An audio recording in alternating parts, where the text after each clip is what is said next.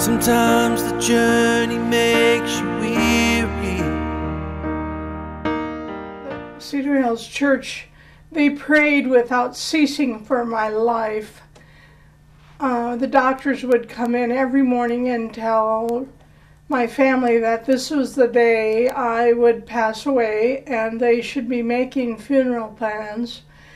The church just prayed for me and supported me, and after the crisis was over too, they brought us meals and they loved us and they loved me just the way I was.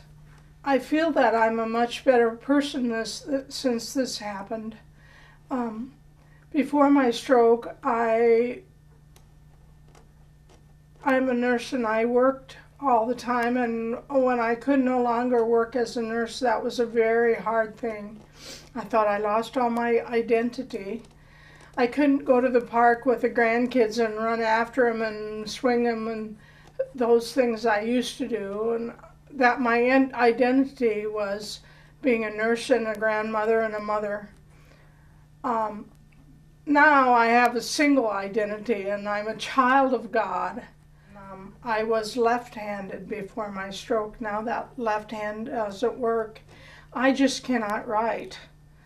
So there's a lot of tasks I can't do because I can't write. I can print my name if I have a lot of time to think about it. But if I'm on the phone and I have to take a message, I can't write something down. If I do, I can't read it later. I have a vision problem, but I am still able to read. I spend most of my spare time reading because mostly I have spare time. That's been such a blessing to me. I wouldn't be here, I don't feel, be this positive without the love of my husband. Unconditionally loved me the way I am. Our life is very different, and as most of you know, you have lots of dreams about growing old together, but you don't realize what it's going to be when you grow old. We had dreams about retirement and traveling, and we've still been able to do some of that, and God has blessed me with a wonderful husband. He takes care of me from morning till night. I don't think you'd find very many men that would style their wives' hair. If I had a complaint about my husband, it would just be that he doesn't like to go shopping.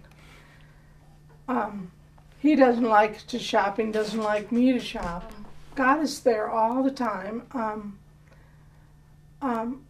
I just trust him. It just doesn't happen. You pray and read your Bible and you learn to trust God, and you just know it's not something tangible I just can put a finger on like you can a newspaper or something. It's just there.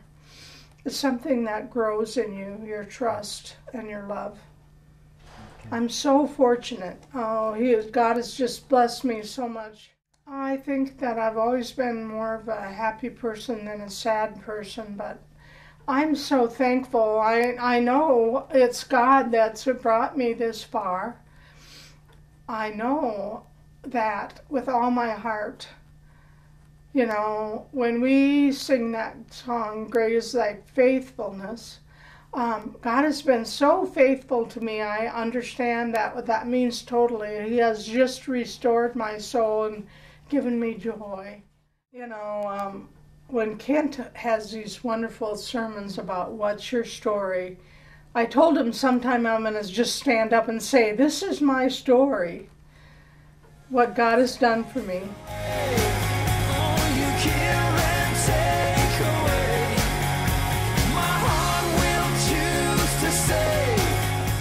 That's all I have to say. That's from my heart. My heart is just really full.